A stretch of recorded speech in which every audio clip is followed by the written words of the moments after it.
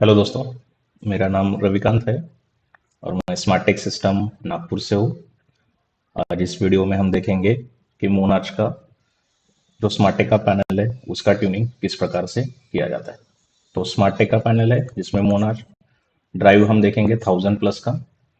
इस वीडियो में हम देख रहे हैं कि जो भी लिफ्ट टेक्नीशियन है या फिर फील्ड इंजीनियर्स है उनको एक प्रैक्टिकल वे में हम उनको बता दें कि एक्चुअल में मोनार्च का टोनिंग ट्यूनिंग कैसे करते हैं।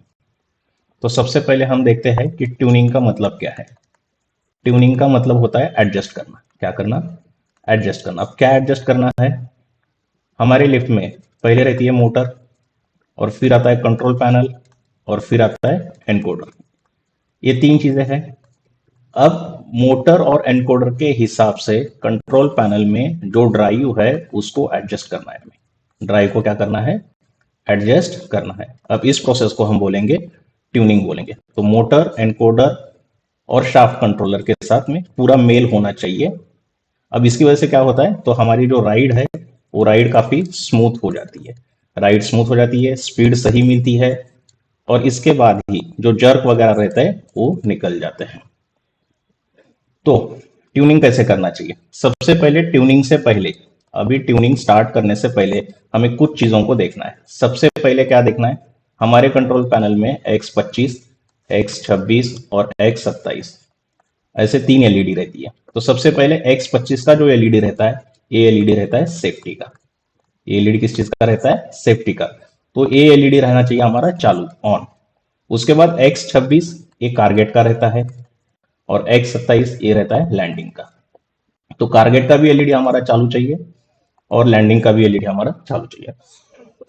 तो तीन चीजें बहुत ज्यादा इंपॉर्टेंट है ट्यूनिंग करने से पहले। सबसे पहले हमारा सेफ्टी सर्किट जो है वो ओके होना चाहिए, डोर लॉक का सर्किट हमारा ओके होना चाहिए, और हमारी लिफ्ट जो है वो रहनी चाहिए इंस्पेक्शन मोड पर। अब इंस्पेक्शन मोड पे है, पता कैसे चलेगा हमें? तो हमारे स्मार्ट टेक के जो पैनल्स है इसमें अगर आपका X4 का लाइट ऑन है, X4 का लाइट ऑन है, तो इसका मतलब हमारी लिफ्ट है इंस्पेक्शन में। इसके बाद मोटर की वायरिंग और ब्रेक की वायरिंग एकदम प्रॉपर होनी चाहिए। एक बहुत इंपॉर्टेंट चीज है, जैसे हमारे समझ लो ये कार है और यहां पर हमारा काउंटर वेट है, यहां पर हमारा काउंटर वेट है, तो इसकी जो मूवमेंट है वो फ्री रहनी चाहिए। ट्यूनिंग करने के टाइम पे कहीं पे कोई जाम नहीं होना चाहिए। तो ये चीजें हम सबसे पहले देखेंगे। सबसे पहले क्या होना चाहिए? सेफ्टी सर्किट ओके होना चाहिए, डोर लॉक का सर्किट ओके होना चाहिए, लिफ्ट इंस्पेक्शन मोड में होना है, मोटर, ब्रेक और एनकोडर का वायरिंग होना चाहिए, और कहीं पे कोई जाम नहीं होना चाहिए। ये अगर पांच चीजें ओके है तो इसके बाद में आप ट्यूनिंग कर पाओगे।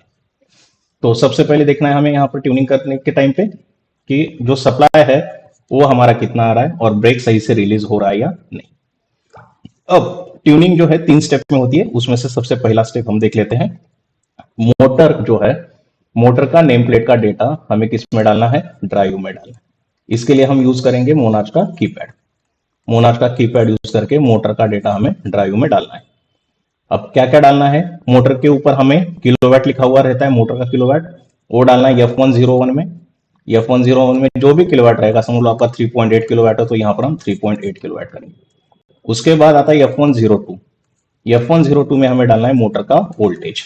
F102 में डालना है मोटर का वोल्टेज। उसके बाद में डालना है करंट। करंट किस में डालना है? F103 में हमें करंट डालना है। जो भी रेटेड करंट और रेटेड वोल्टेज रहेंगे वो डालेंगे हम। 04 में हमें डालनी है उसकी फ्रीक्वेंसी। मोटर के नेम प्लेट के ऊपर फ्रीक्वेंसी लिखा हुआ रहता है जो हर्ट्ज में रहता है, HZ ऐसा करके जो भी लिखा हुआ रहेगा वो आपकी फ्रीक्वेंसी रहेगी, वो आप डालोगे F104 में। उसके बाद में मोटर के ऊपर रहता है आरपीएम। आरपीएम मतलब क्या? रोटेशंस पर मिनट। 1 मिनट में अपनी मोटर कितनी बार घूम सकती है उसको हम बोलेंगे आरपीएम। तो ये हमें डालना है F105 में। अगर आपका मोटर गियर्ड है तो 0 डालिए, लेकिन हम अभी गियरलेस के लिए देख रहे हैं तो इसकी बात नहीं करेंगे। तो F125 में हमें गियरलेस के लिए डालना है 1। एक बार रिपीट करते हैं क्या क्या करना है। F101 में हमें क्या डालना है? किलोवाट डालना है। F102 में वोल्टेज डालना है। F103 में करंट डालना है। F104 में फ्रीक्वेंसी डालना है। F105 में आरपीएम डालना है। और F1 के 25 में हमें डालना है 1। ये स्टेप 1 हमारा कंप्लीट हो गया। अब आते हैं स्टेप 2 की तरफ। हमने मोटर का तो डाल दिया, अब हमें एनकोडर के भी पैरामीटर्स उसमें डालने पड़ेंगे।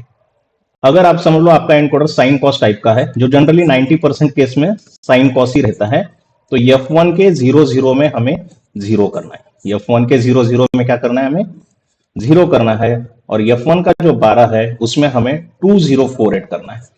2048 ये क्या रहता है, पीपीआर रहता है, एनकोडर का पीपीआर। ये एनकोडर का पैरामीटर हमने डाल दिया, हमने मोटर का पैरामीटर डाल दिया, एनकोडर का पैरामीटर डाल दिया। अब इसके बाद में हम करेंगे F101 में 1। इसका मतलब क्या होता है कि हमने कंट्रोल मोड जो है वो डिस्टेंस कंट्रोल मोड चुना है।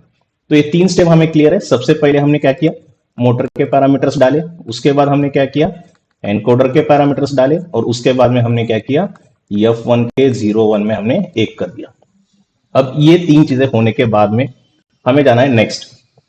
लिफ्ट को हमें हमेशा मिड शाफ्ट में रखना है। मिड शाफ्ट में मतलब मिडल में रखना है। हमें लिफ्ट को कहां रखना है, मिडल में रखना है। मिडल में रखने का आसान तरीका क्या है कि आपकी कार और आपका काउंटर वेट, कार और काउंटर वेट ये दोनों आमना सामना हो जाए, तो आपकी लिफ्ट मिडल में है। उसके बाद में F1 11 में, किसमें, F1 के 11 में हमें क्या करना है, 5 करना है। F1 के 11 में जैसे हम 5 करेंगे, उसके बाद में आप इंस्पेक्शन मोड में जो लिफ्ट है उसको अप का या डाउन का कोई भी एक बटन दबा के रखना है। अब रखने के बाद में क्या होगा, थोड़ी देर में लिफ्ट का मोटर ट्यूनिंग ऑटोमेटिकली स्टार्ट हो जाएगा और ड्राइव से आपको एक कुछ आवाज सुनाई देने लगेगी। अब वो ऑटोमेटिक बटन को छोड़ना नहीं है, बटन को दबा कर ही रखना है। कब तक दबा कर रखना है, जब तक आपके ड्राइव के ऊपर एक वैल्यू लिख के नहीं आती। एक वैल्यू लिख के आएगी, जैसे ही वैल्यू लिख के आएगी आपको लिफ्ट को छोड़ देना है। जैसे ही वैल्यू लिख के आया इसका मतलब है कि आपके मोटर का ट्यूनिंग हो गया है। इसके बाद में हम इंस्पेक्शन पे रन करके देख लेंगे उसको। X4 का लाइट हमारा ऑन ही रहना चाहिए, अप डाउन दबाते हुए। अगर समझ लो आपने अप का बटन दबाया है, आपने दबाया अप का बटन और लिफ्ट जा रही है डाउन, आपने दबाया अप का बटन, लिफ्ट जा रही है डाउन, तो मतलब डायरेक्शन रिवर्स है। अब इस टाइम पे क्या करेंगे, F2 के 10 में, F2 के 10 में अगर 0 है तो उसको आप 1 कर दीजिए, या फिर अगर 1 है तो उसको आप कर दीजिए 0। तो ये F2 के 10 में कर लेंगे और इससे हमारा डायरेक्शन जो है वो करेक्ट हो जाएगा। अब कुछ एरर्स है जो ट्यूनिंग के टाइम पे आ सकते हैं। अब कॉमन एरर्स कौन कौन से वो देखते हैं। तो सबसे पहला जो एरर है हमें सबसे ज्यादा देखने को मिलता है, एरर 20। अब एरर 20 आया, सबसे पहले आप चेक करोगे एनकोडर का वायरिंग।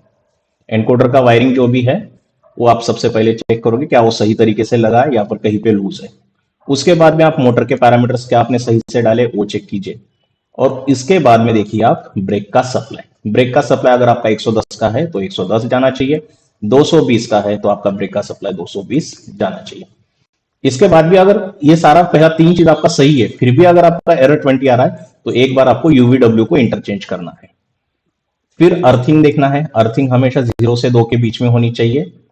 और ये बहुत जरूरी बात है कि हमेशा अपना एनकोडर का केबल और हाई वोल्टेज मतलब क्या, जिसमें आपका RYB सप्लाई जा रहा है, या फिर जिसमें आपका UVW सप्लाई जा रहा है, या फिर सिंगल फेज का सप्लाई जा रहा है, तो ये जो हाई वोल्टेज वाले वायर्स है ये आपका एनकोडर से दूर होने चाहिए, कम से कम 30 सेंटीमीटर का दूरी पर।